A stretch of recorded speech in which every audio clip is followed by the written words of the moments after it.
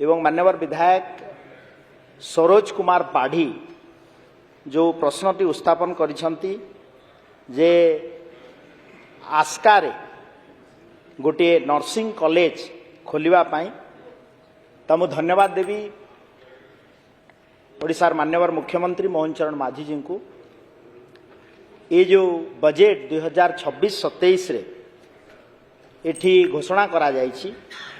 जे जेउ जिल्ला मानकरे सरकारी nursing college नाही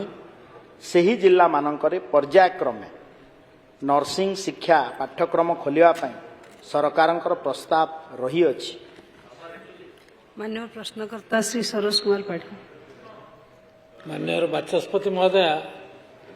दुखर सहित कहवा पड़ुछि माननीय स्वास्थ्य मंत्री जो उत्तरटा देले एथिरे आमर एरियार लोक संपूर्ण भाव अवहेलित होकर अनुभव कर ये जो प्रति जिले में गोटे कथा कहते से नर्सिंग कॉलेज करने आज्ञा देवगढ़ जिला अच्छी गोटे निर्वाचन मंडली गोटे जिला नुआपड़ा जिला अच्छी 2टी निर्वाचन मंडली गोटे जिला गोटे 3टी निर्वाचन मंडली गोटे 5टी निर्वाचन मंडली नहीं गोटे जिला अच्छी सहीटा गोटे कॉलेज करेंगे सबकि करेंगे किंतु गंजाम जिला 13टी निर्वाचन मंडली 3टी जिला को मिसेले जहाँ गोटे गंजाम जिला ताहा एणु ये जो स्वास्थ्य मंत्री कहले मतरे मु एकमत हो पारु नाही ये गोटे कथा। द्वितीय कथा आउ गोटे प्रश्नर उत्तर लिखिं मुझे जे मेडिकल कॉलेज कथा सेम कथा जे गंजाम जिला गोटे बृहत्तर जिला होता जो आसिका गंजाम जिलार केन्द्रस्थली होता जो आमको से निहाती दरकार पड़ी गंजाम जिला को दीर्घ 24 वर्ष धरिकी जो सरकार आमको अवहेलित हिसाब रखिले गंजाम जिला पे किसी कलेनी तेणु मैं अनुरोध करी ए सरकार रे आमर स्वास्थ्य मंत्री आमर आसिका ये सब 2टी गोटे मेडिकल कॉलेज आउ गोटे ट्रेनिंग कॉलेज करा जाऊ।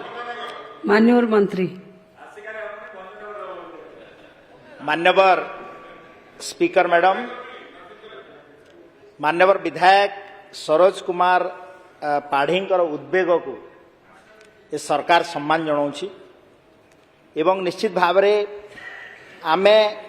जो कथा मु कहली जे आमे पर्यायक्रमे नर्सिंग कॉलेज खोलिबा जिला वाइज तार व्यवस्था मध्य ग्रहण करिछु एवं विगत दिन रे आम विगत दिन रे टोटल ओडिशा रे 8टा नर्सिंग कॉलेज एबे चालू अछि बरहमपुर कटक बुर्ला ढेंकानाल कलाहांडी कंधमाल नवरंगपुर एवं सुंदरगढ़ रे एवं 2025-26 रे आमे घोषणा करिछु एवं तार कार्य मध्य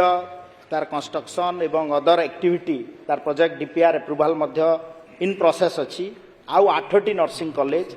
बालेश्वर मयूरभंज जाजपुर बलांगीर अनुगुल पुरी कोरापुट एवं केउझर रे एवं मु धन्यवाद देवी गंजाम जिला जोगु गंजाम जिले में 13टा निर्वाचन मंडली